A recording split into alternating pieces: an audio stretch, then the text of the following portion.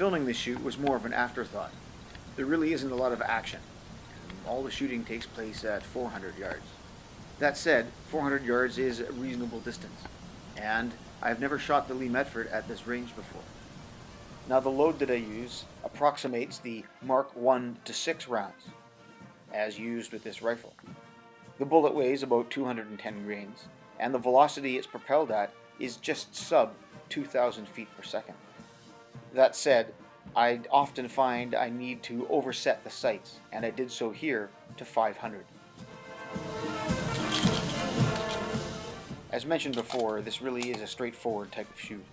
I shot 4 5-round groups, loading the rounds for each into the magazine. I must preface it, however, by emphasizing just how much fun this rifle is to shoot. With the cast bullets and the powder that I use, the rounds come out to around 17 cents per. Though I had never shot the rifle at this range before, my sight setting of 500 yards proved to be reasonably accurate, and I was able to get onto the target with a minimum number of rounds.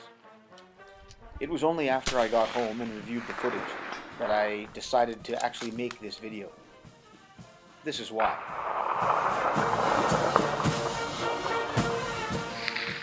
Almost every shot of the target showed, because of the weather, the lighting, and the camera, as well as the range I was shooting at, amazing images of swirl and, in fact, the bullet traveling through the air.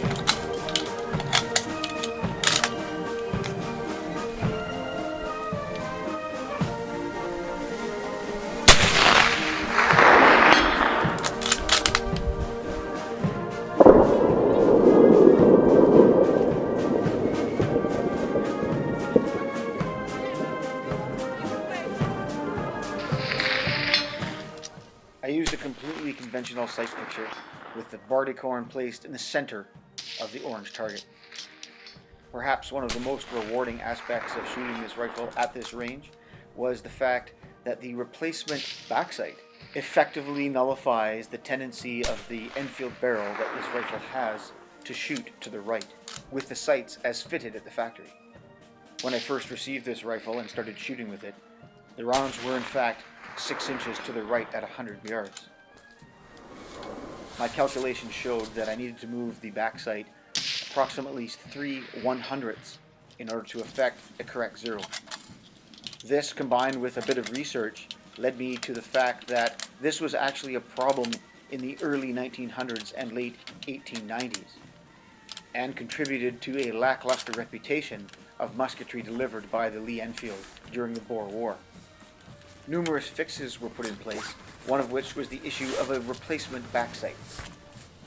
The notches in the leaf and the slider were cut 3 1/100ths offset, and this brought the rifle back to shooting to zero. I just found it interesting that my own experiments confirmed this particular measurement that was arrived at some 115 years ago.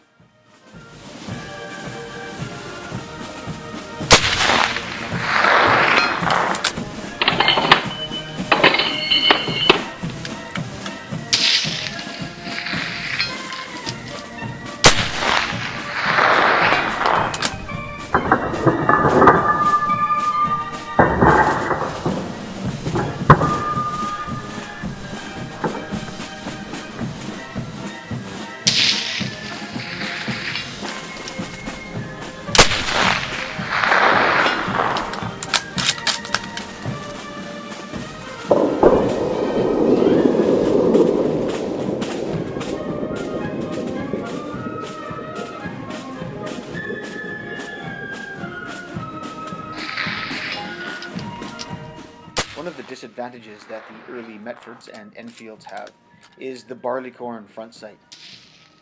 For those of you that are unaware of that term, this refers to a style of sight that looks more like the Great Pyramid at Giza than a sharp, streamlined profile of later blade-style front sights.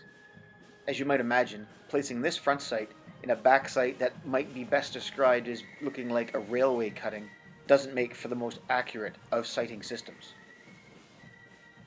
But that's enough of the excuses. Let's get back to some more shooting, shall we?